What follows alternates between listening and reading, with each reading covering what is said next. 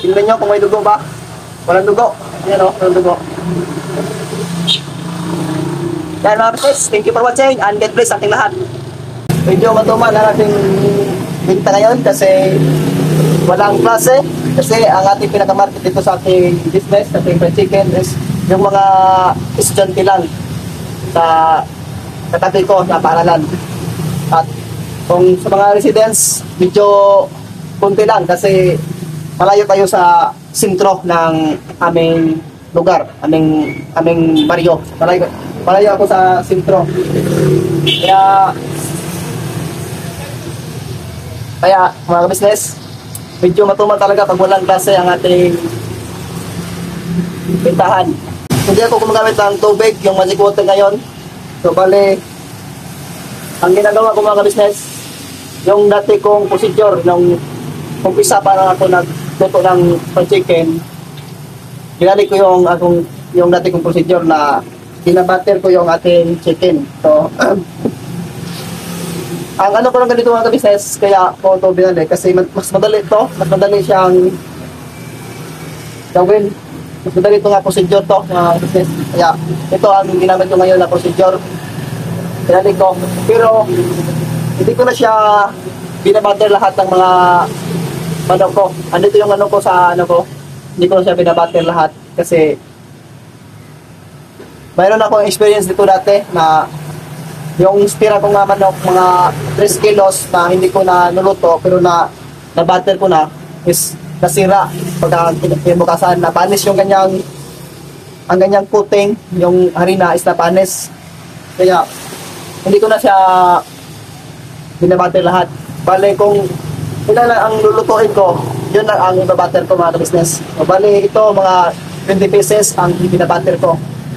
Ito para lutuin natin sa mantika ngayon.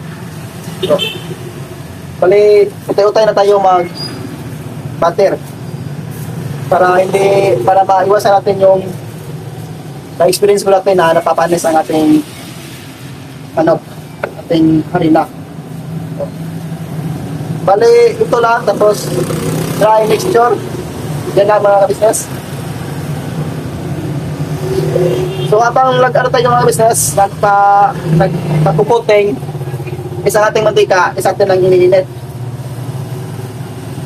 Init natin mga business para pagkatapos natin magputing dito sa dry mixture, is diretso na sa ating mantika.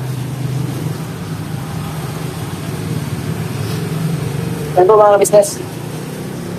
Kasi pag pinatagal mo mga business, pagkatapos mo mag-coating dito sa dry mixture, tapos pinatagal mo pa bago mo ilunod sa mantika, magbabago na yung ating texture at magiging wet na ang ating coating ng ating manok. Kaya hindi na maganda ang kanyang texture.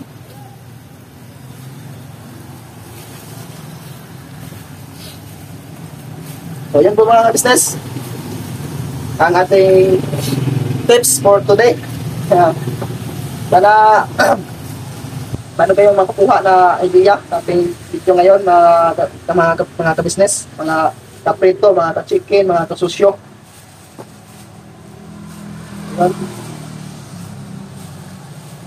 So ang ating mantika mga ka-business is medyo mainit na yan mga ka-business. Ayaw kong humawak ng pasa.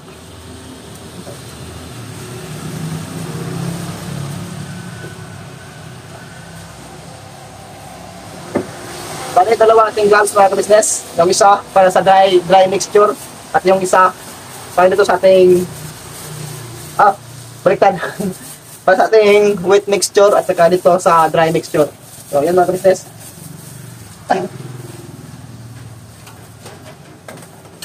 So ito ang ating temperature. So alam mo na ito, sobra na itong mainit. Sobra na ito sa 350. Ayan. So bali, ating i-stable lang ang ating temperature. Huwag na natin patayin ang apoy. Bali, ilagay lang natin sa pinakamahina na apoy ang ating burner para hindi lumamig ang ating mantika.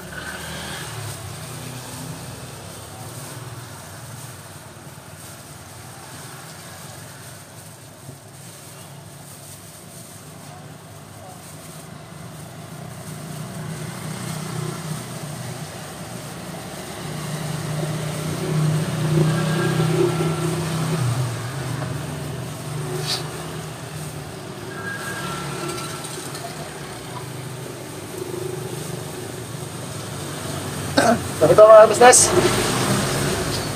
ganito pa rin natin ating procedure mga business. Mayroon pa rin tayong basket na ating gagamitin para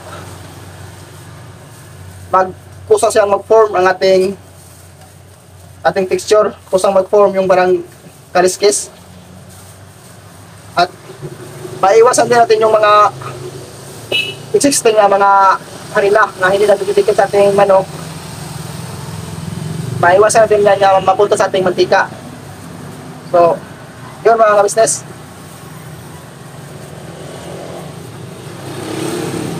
Ganito pala ng ating procedure. Mayroon din tayo yung basket. Ayan. Ating ialabalog para mataktak yung mga ano. Ayan. Oh.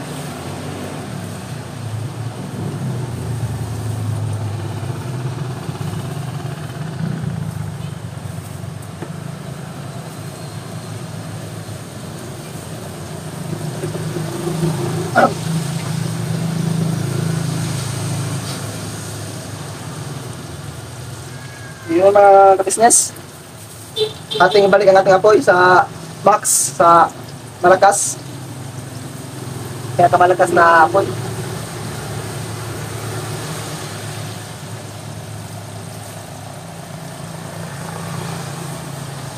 Para makuha mo, para ma-maintain mo pa rin ang ating 300 degree na temperature sa ating mantika.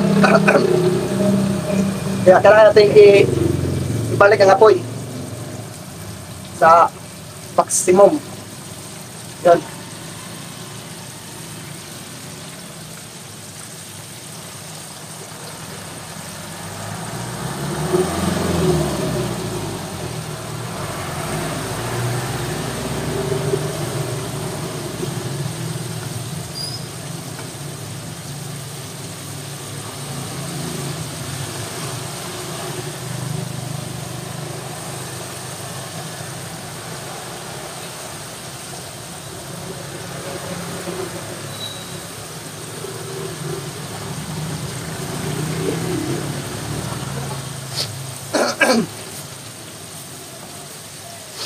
Ito mga ka-business, medyo business na ano ko sa ano ako sa mga katangkaso.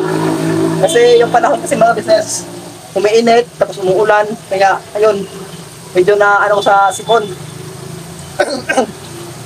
Ayun. So bali ang ating panahon ngayon, sumasabay din. Umuulan. Maulan ang panahon, kaya expected na natin mga ka-business na ano, matumal ngayon na araw. So, ganun na mga business. Kahit matumal, tuloy pa rin tayo nagbinta ng fried chicken. Yan po ang diskarte mga business kasi meron din naman mga ano, mga tao na bumibili kahit patumal. Meron pa rin mga tao na gustong kumain ng fried chicken natin. Kaya kahit matumal, ganito ang panahon, medyo maulan, tapos walang kasi, tuloy pa rin ang ating bintahan.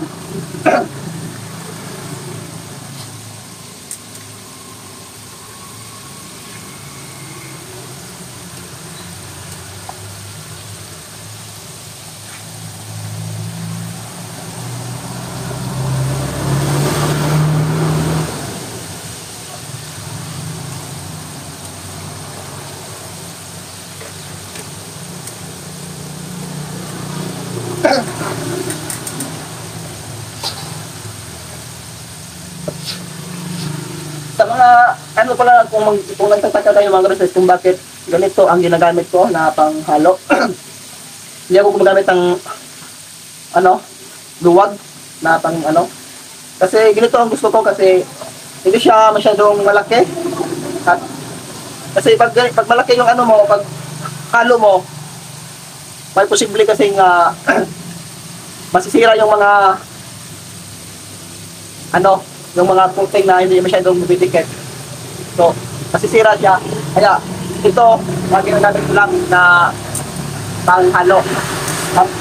Madali lang to gamitin kasi pag ganon, pag gusto mong tingnan yung chicken mo, pwede mong Madali lang. So, kaya ito ang ginagamit ko na panghalo. Kasi sa iba, di pa yung ano, yung strainer talaga ginagamit nila. Yung ganito na maliit, ang ganito yung gamit nila. Pero sa akin, ito lang. Pero sa inyo na lang mga business, kayo lang bahala kung ano ang gagamitin nyo. Basta sa akin, ito lang.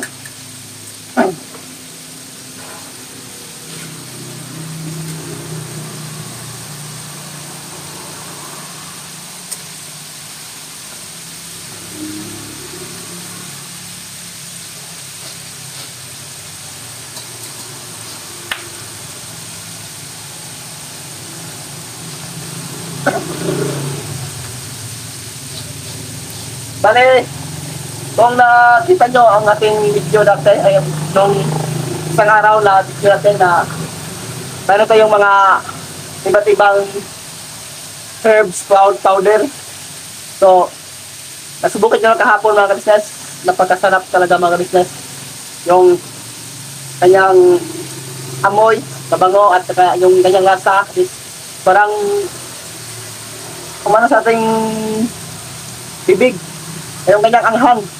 Parang kang kumakain ng Mentos na parang manghang siya na malamig. Hindi siya manghang na maanghang. Parang ang kanyang anghang is malamig na anghang. Ganun. Para sa mentol. Kaya, sarap yung mga business. So, sa susunod na video, gagawa ako nun ng video doon sa ating fried chicken na mayroon siyang 11 herbs or 12 herbs. Sa ganun, ito na nabilang. Kasi ang dami. Dami ko nalagay. Kaya, napakasarap mga business. At nagpabango. At hindi siya nakakaumay kainin yung fried chicken. Kasi manghang siya na parang ganun. Masarap. Kaso lang, hindi siya pwede pang 55 na presyuhan kasi mahal yung mga herbs. Kaya, siguro ko lang yun mga business. Gusto ko lang matikman ang ganong lasa. Kaya, ang ating recipe ngayon, yun lang ang ating pangkanto na timplahan. Yung onion at garlic lang ang ating pangbango, at mayroon tayong paprika powder at MSG at saka asin. So yun lang ang ating panimpla na pangkanto. So kung gusto nyo malaman ang ating recipe, pwede kayong mag-PM sa akin, mag-chat, at ibibigay ko sa inyo ang ating recipe. So hindi lang ako gumagawa ng video kasi mayroon akong video dati, kaso binabahas nila, maraming man nagbabahas. So ayun, hindi na ako gumagawa ng video. Kaya kung mayroong gustong malaman ang ating recipe sa fried chicken, mag-PM lang kayo sa akin, mag-chat, at ibibigay ko sa inyo. Promise yan, mga ka-business. Pero huwag niyong kalimutan na i-follow ang ating Facebook page at i-subscribe din ang ating bagong YouTube channel. Sana. Yun.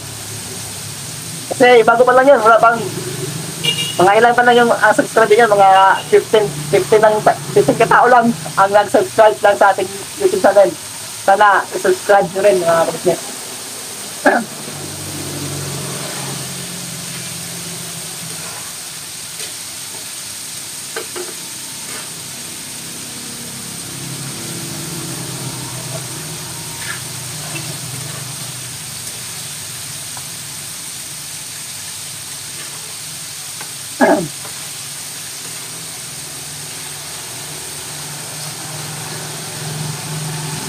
So bale mga business, kung medyo nauumay kayo sa panonood kasi medyo mahaba ang ating video, kasi hindi ko talaga kinakat mga business para makikita nyo kung paano ko talaga niluluto ang ating fried chicken.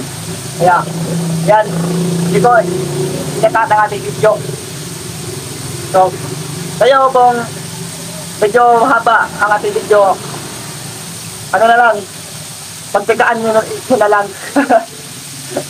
Kasi, ganoon talaga. Kapag may tsaga, may nilaga. Yan lang po, mga ka-business.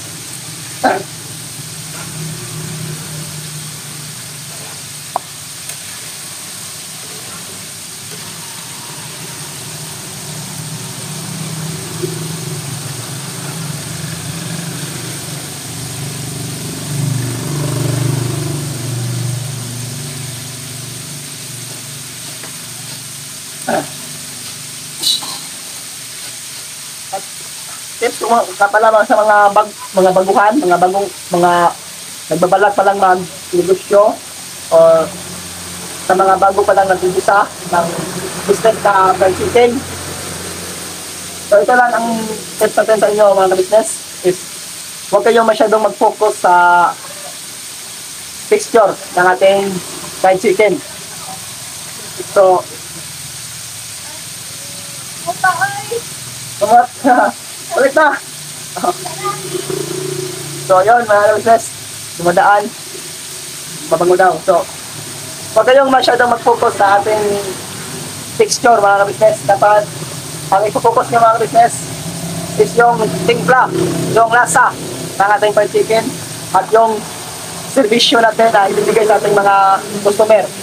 So, yun po mga business ang pinaka-importante dyan mga business sa mga gustong mag-umpisa na mag-negosyo nitong fried chicken.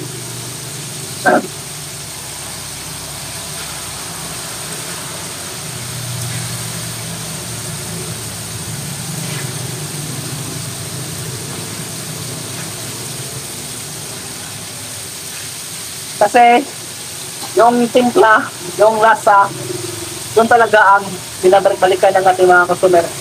Hindi yung hitsura. Yun. So, malapit na maluto ang ating fried chicken mga business.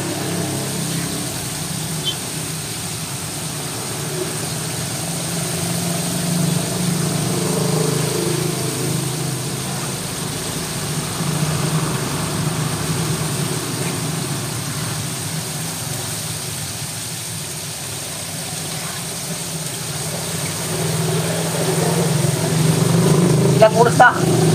19 minutes pa naman sis.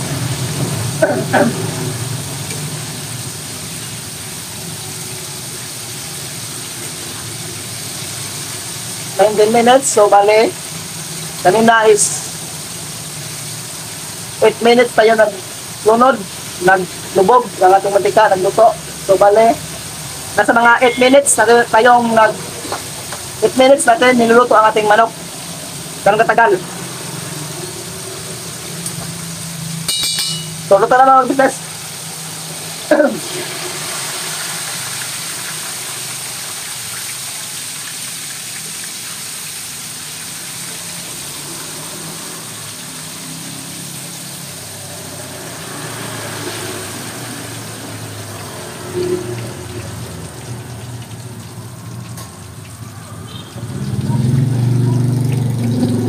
Ayun.